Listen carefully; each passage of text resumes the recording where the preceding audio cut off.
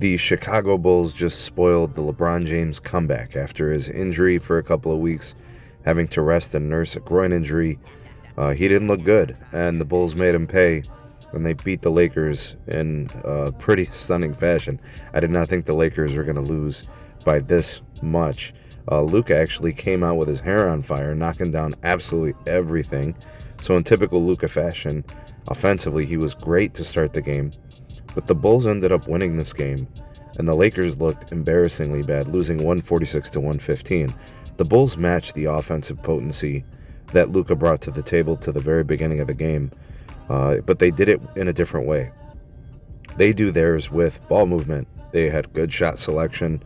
They were consistently moving the ball throughout the flow of the offense, looking to get points out in transition, and the Lakers basically had no answer. Kobe White and Bazelis were killing the Lakers. Each went off for 30-plus points. Josh Giddey looked like a damn all-star during the entirety of the game. Meanwhile, the Lakers bench did little to nothing. Luka offered very little in the second half.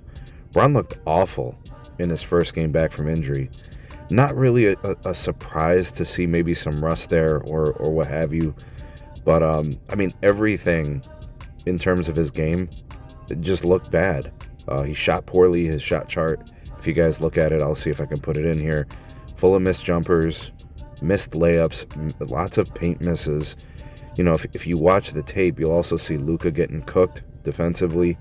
You're going to see a ton of turnovers, and Bron was getting cooked too. He was drifting on defense, poor transitional defensive effort, a lot of jogging, a lot of walking, even on both sides of the ball. It wasn't just defensively. Even on offense, he wasn't really engaged in what they were doing in terms of placement within the offense. I don't know. It was shocking to see how bad it was. He had 5 turnovers, and like I said, he was doing very little. So to have 5 turnovers and not really have much else to show for it, it was a bad game for Bron.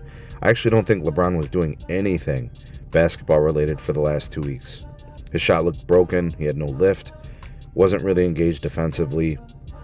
I think he had the game's worst plus minus at minus 27.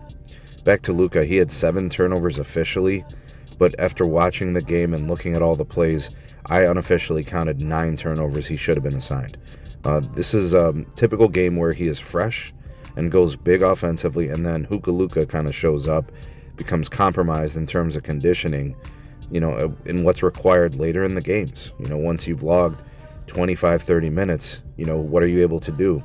And he can't really do much, or doesn't do much. Lakers defense was weak overall, poor rotations, weak efforts on closing out.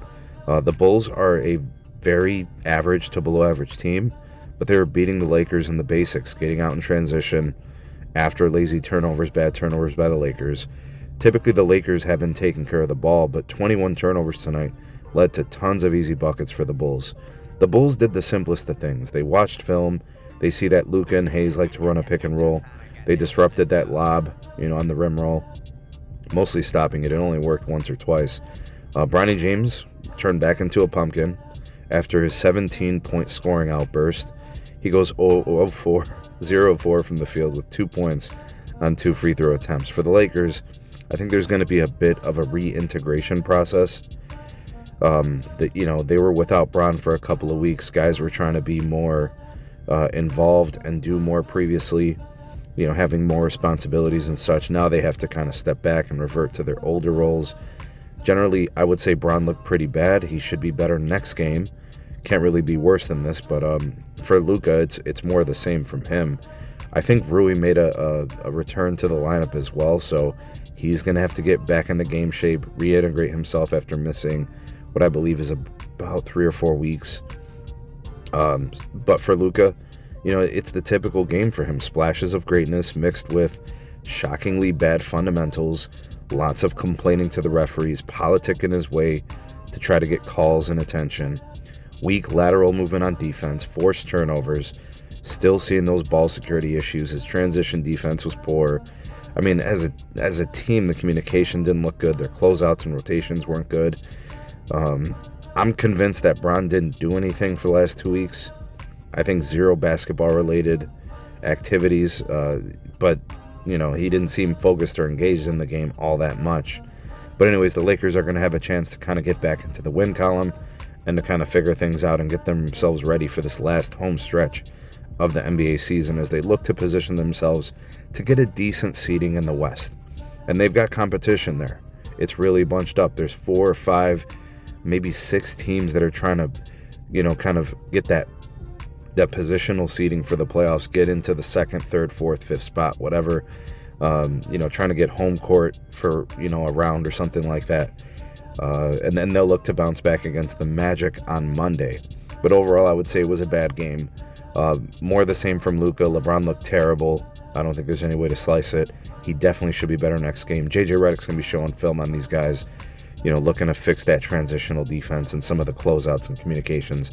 Very typically, for the last couple of months, the Lakers have been much better defensively, and it's because of that attention to detail. But we'll see how they bounce back. JJ Redick should get those things fixed in a practice here, as they've got a couple of days off, and they'll be playing on Monday. Anyways, let me know what you guys think about the Lakers' performance. Bron's performance, to me, he looked awful. What say you?